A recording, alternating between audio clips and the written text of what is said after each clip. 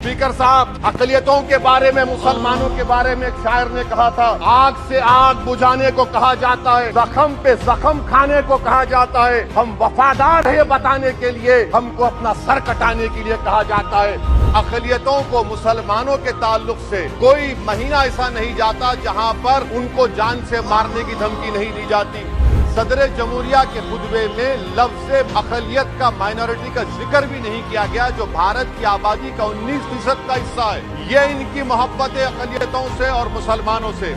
Sir, क्या ये बात सच नहीं है कि आपने माइनॉरिटी के बजट को 40% कम कर दिया, स्कॉलरशिप के पैसों में 560 करोड़ रुपए कम कर दिए? ये आपकी मोहब्बत है जो नफरत की निशानी बनती है। नरेंद्र मोदी की सरकार ये नहीं चाहती कि अक़लियत और मुसलमानों के बच्चे तालीम याफ्ता होकर इस देश को मजबूत करें। वो उनको हमेशा गुर्बत और नाइंसाफी का शिकार बनाकर रखना चाहती है।